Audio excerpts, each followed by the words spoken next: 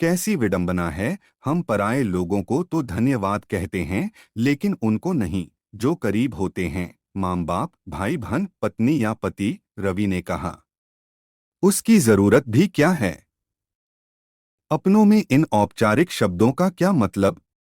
अपनों में धन्यवाद की तलवार अपंत्व को काटती है, पराया बना देती है। मैंने रवि को जवाब दिया।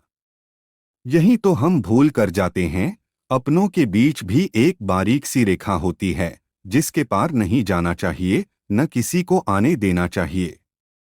माना अपना इंसान जो भी हमारे लिए करता है, वह हमारे अधिकार या उसके कर्तव्य की श्रेणी में आता है। फिर भी उसने किया तो है जो माँ बाप ने कर दिया उसी को अगर वे न करते या न कर पाते तो सोचो हमारा क्या होता। रवि बोला। रवि की गहरी बातें वास्तव में अपने में बहुत कुछ समाये रखती हैं। जब भी उसके पास बैठता हूँ, बहुत कुछ नया ही सीख कर जाता हूँ। बड़े गौर से मैं रवि की बातें सुनता था। जो रवि कहता था सत्य है, हमारा तो रोम रोम किसी न किसी का आभारी है। अकेला इंसान संपूर्ण कहाँ है। क्या पहचान है एक अकेले इंसान की। जन्म से लेकर बुढ़ापे तक मनुष्य किसी न किसी पर आश्रित ही तो रहता है। मेरी पत्नी सुबह से शाम तक बहुत कुछ करती है मेरे लिए। सुबह की चाय से लेकर रात के खाने तक, मेरे कपड़े, मेरा कमरा, मेरी व्यक्तिगत चीजों का ख्याल, यहाँ तक कि मेरा मूड जरा सा भी खराब हो तो बार बार मनाना या किसी तरह मुझे हंसाना। मैं रवि से बोला, यही सब अगर वह न करे तो जीवन कैसा हो जाए। समझ सकते हो, मैं ऐसे कई लोगों को जानता हूँ जिनकी बीवियां तिनका भी उठाकर इधर उधर नहीं करती। पति ही घर भी संभालता है और दफ्तर भी। पत्नी को धन्यवाद कहने में कैसी शर्म, यदि उससे कुछ मिला है तुम्हें। इससे आपस का स्नेह, आपस की ऊष्मा बढ़ती है, घटती नहीं। रवि ने कहा। सच ही कहा रवि ने। इंसान इतना तो समझदार है ही कि बेमन से किया कोई भी प्रयास झट से पहचान जाता है। हम भी तो पहचान जाते हैं न, जब कोई भावहीन शब्द हम पर बरसाता है। उस दिन देर तक हम साथ साथ बैठे रहे। अपनी जीवन शैली और उसके तामझाम को निभाने के लिए ही मैं इस पार्टी में आया था, जहां सहसा रवि से मुलाकात हो गई थी। हमारी कंपनी के ही एक डायरेक्टर ने पार्टी दी थी, जिसमें मैं हाजिर हुए बिना नहीं रह सकता था। इसे व्यावसायिक मजबूरी कह लो या तहजीब का तकाजा, निभाना जरूरी था। 12 घंटे की नौकरी और छुट्टी पर भी कोई न कोई आयोजन, कैसे घर के लिए जरा सा समय निकालूं। निधि पहले तो शिकायत करती रही, लेकिन अब उसने कुछ भी कहना सुनना छोड़ दिया है। समूल सुख सुविधाओं के बावजूद वह खुश नजर नहीं आती। सुबह की चाय और रात की रोटी, बस यही उसकी जिम्मेदारी है। मेरा नाश्ता और दोपहर का खाना कंपनी के मैस में ही होता है। आखिर क्या कमी है हमारे घर में जो वह खुश नजर नहीं आती। दिन भर वह अकेली होती है, न कोई रोक टोक, न सास ससुर का मुंह देखना। पूरी आजादी है निधि को डोट। फिर भी हमारे बीच कुछ है जो कम होता जा रहा है। कुछ ऐसा है जो पहले था, अब नहीं है। सुबह की चाय और अखबार वह मेरे पास छोड़ जाती है। जब नहा कर आता हूँ, मेरे कपड़े पलंग पर मिलते हैं। उसके बाद यंत्रवत सा मेरा तैयार होना और चले जाना। जाते जाते एक मशीनी सा हाथ हिलाकर बाय बाय कर देना। मैं पिछले कुछ समय से महसूस कर रहा हूँ, अब निधि चुप रहती है। हाँ, कभी माथे पर शिकन हो तो पूछ लेती है, क्या हुआ? क्या ऑफिस में कोई समस्या है? नहीं, जरा सा उत्तर होता है मेरा। आज शनिवार की छुट्टी थी, लेकिन पार्टी थी, सो यहाँ आना पड़ा। निधि साथ नहीं आती, उसे पसंद नहीं। एक छत के नीचे रहते हैं हम, फिर भी लगता है कोसों की दूरी है। मैं पार्टी से लौट कर घर आया, चाबी लगाकर घर खोला। चुप्पी थी घर में। शायद निधि कहीं गई होगी। पानी अपने हाथ से पीना पड़ा।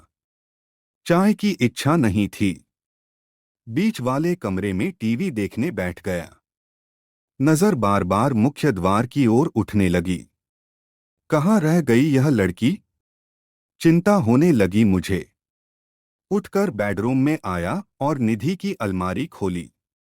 ऊपर वाले खाने में कुछ उपहार पड़े थे। जिज्ञासावश उठा लिए। समय समय पर मैंने ही उसे दिए थे। मेरा ही नाम लिखा था उन पर। स्तब्ध रह गया मैं। निधि ने उन्हें खोला। तक नहीं था। महंगी साड़ियां, कुछ गहने, हजारों का सामान अनछुआ पड़ा था। क्षण भर को तो अपना अपमान लगा यह मुझे, लेकिन दूसरे ही क्षण लगा मेरी बेरुखी का इससे बड़ा प्रमाण और क्या होगा। उपहार देने के बाद मैंने उन्हें कब याद रखा। साड़ी सिर्फ दुकान में देखी थी, उसे निधि के तन पर देखना याद ही नहीं रहा। कान के बुंदे और गले का जड़ाऊ हार मैंने निधि के तन पर सजा देखने की इच्छा कब जाहिर की। वक्त ही नहीं दे पाता हूँ पत्नी को, जिसकी भरपाई गहनों और कपड़ों से करता रहा था। जरा भी प्यार समाया होता इस सामान में तो मेरे मन में भी सजी संवरी निधि को देखने की इच्छा होती। मेरा प्यार और स्नेह ऊष्मारहित है। तभी तो न मुझे याद रहा और न ही निधि ने इन्हें खोल कर देखने की इच्छा महसूस की होगी। सबसे पुराना तोहफा 6 महीनों पुराना है, जो निधि के जन्मदिन का उपहार था। मतलब यह कि पिछले 6 महीनों से यह सामान लावारिस की तरह उसकी अलमारी में पड़ा है, जिसे खोल कर देखने तक की जरूरत निधि ने नहीं समझी। यह तो मुझे समझ में आ गया कि निधि को गहनों और कपड़ों की भूख नहीं है और न ही वह मुझसे कोई उम्मीद करती है। 2 साल का वैवाहिक जीवन और साथ बिताया समय इतना कम, इतना गिना-चुना कि कुछ भी संजो नहीं पा रहा हूँ, जिसे याद कर मैं यह विश्वास कर पाऊँ कि हमारा वैवाहिक जीवन सुखमय है। निधि की पूरी अलमारी देखी मैंने लाकर में, वे सभी रुपए भी वैसे के वैसे ही पड़े थे। उसने उन्हें भी हाथ नहीं लगाया था। शाम के 6 बज गए। निधि लौटी नहीं थी। 3 घंटे से मैं घर पर बैठा उसका इंतजार कर रहा हूँ। कहाँ ढूंढूं उसे? इस अजनबी शहर में उसकी जान पहचान भी तो कहीं नहीं है। कुछ समय पहले ही तो इस शहर में ट्रांसफर हुआ है। करीब 7 बजे बाहर का दरवाजा खुला। बेडरूम के दरवाजे की ओट से ही मैंने देखा, निधि ही थी। साथ था कोई पुरुष जो सहारा दे रहा था निधि को डोट। बस अब आप आराम कीजिए। सोफे पर बैठाकर उसने कुछ दवाइयां मेज पर रख दी थीं। वह दरवाजा बंद करके चला गया और मैं जड़वत सा वहीं खड़ा रह गया।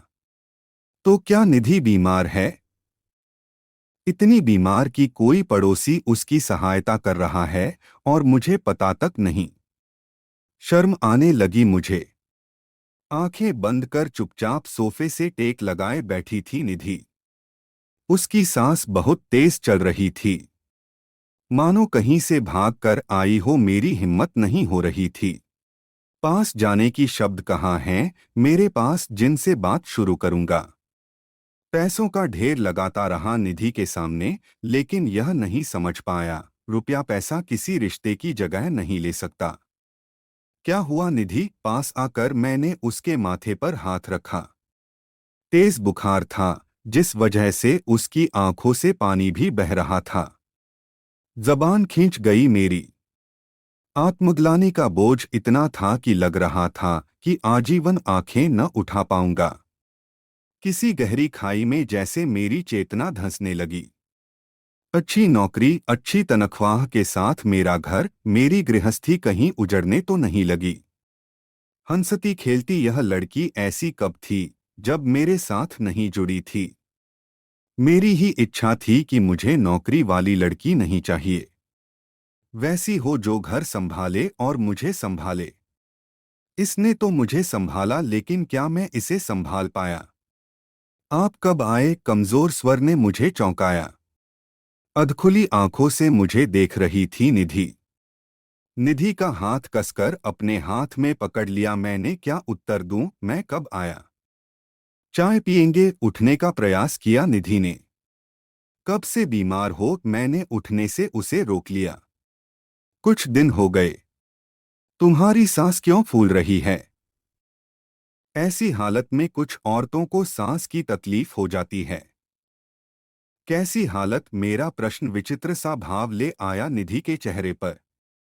वह मुस्कराने लगी, ऐसी मुस्कराहट जो मुझे आर पार तक चीरती गई। फिर रो पड़ी निधि। रोना और मुस्कराना साथ साथ ऐसा दयनीय चित्र प्रस्तुत करने लगा मानो निशा पूर्णतः हार गई हो, जीवन में कुछ भी शेष नहीं बचा। डर लगने लगा मुझे। हामफते निधि का रोना और हंसना ऐसा चित्र उभार रहा था मानो उसे अब मुझसे कोई भी आशा नहीं रही। अपना हाथ खींच लिया निधि ने। तभी द्वार घंटी बजी और विषय वहीं थम गया। मैं ही दरवाजा खोलने गया। सामने वही पुरुष खड़ा था, मेरी तरफ कुछ कागज बढ़ाता हुआ। अच्छा हुआ आप आ गए। आपकी पत्नी की रिपोर्ट्स मेरी गाड़ी में ही छूट गई थीं। दवा समय से देते रहिए।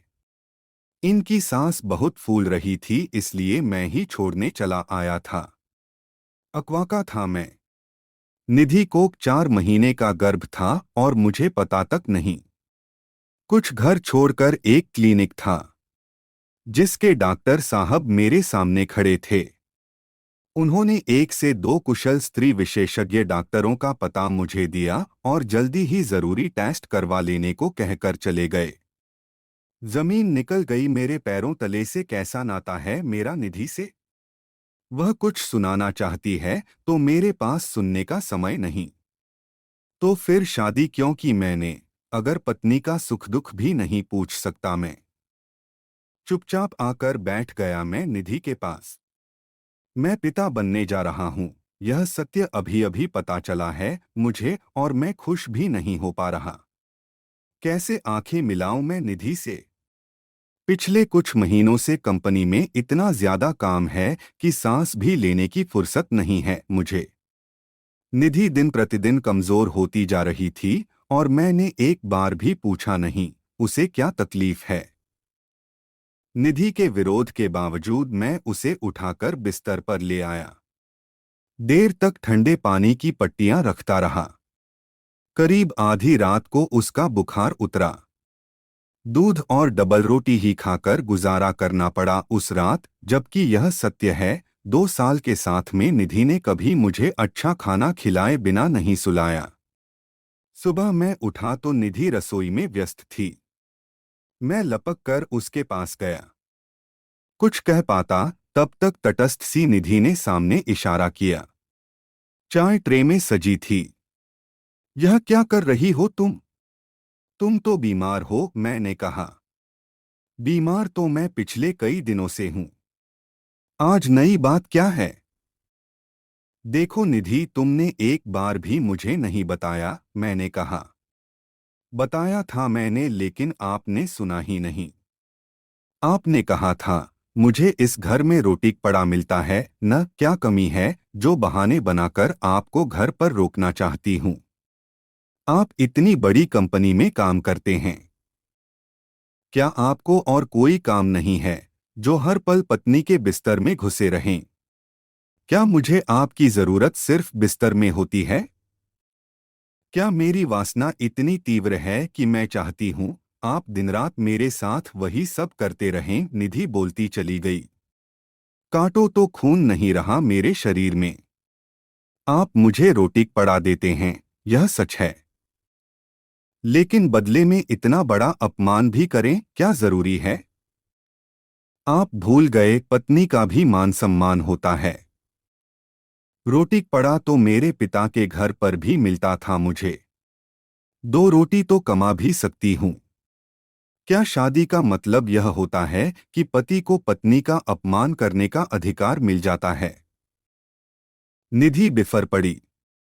याद आया, ऐसा ही हुआ था एक दिन।